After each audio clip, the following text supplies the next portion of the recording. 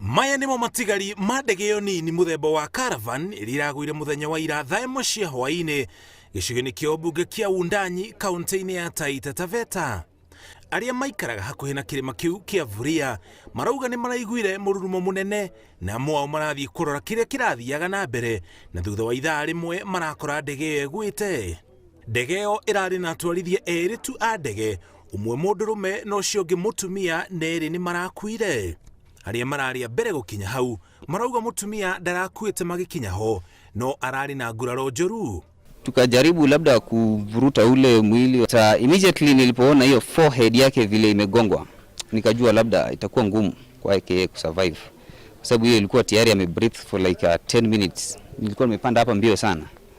Chifu wa itora hamwe na munini wake ni maracokire kumenyithia maabitha a borithi igũrũ rĩa mũtino ũcio, thutha ũrĩa marokire kũhũnga aikari mahũri ĩrĩ ta njĩra ya gũthuthuria mũtino ũcio hamwe na kweheria mĩĩrĩ ya atwarithia arĩa marakuire.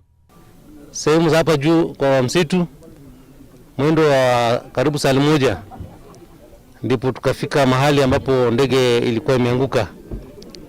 Tulipofika tukapata ndege imeharibika, iligonga jiwe na pia ikagonga miti na ikaanguka chini na ikawa imevunjika. So tunaomba mara nyingi wale ndugu zetu marubani, kulingana area yetu inakuwa ikifika saa 12 kunaanza kuwa na fogu.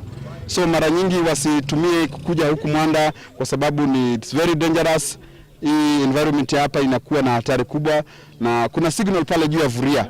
So labda huyo mwenye ndege alikuwa anataka labda akijua kuna landing pale, but hiyo landing ni ya helicopter. Ndege kama ile isingeweza kuland. Mĩĩrĩ ya arĩa marakuire ĩratwarirwo mocarĩ ya Wesu ĩrĩa ĩrĩ taũni-inĩ ya Wundanyi rĩrĩa ũthuthuria mũrikĩru wa mũtino ũcio wambĩkĩtwo.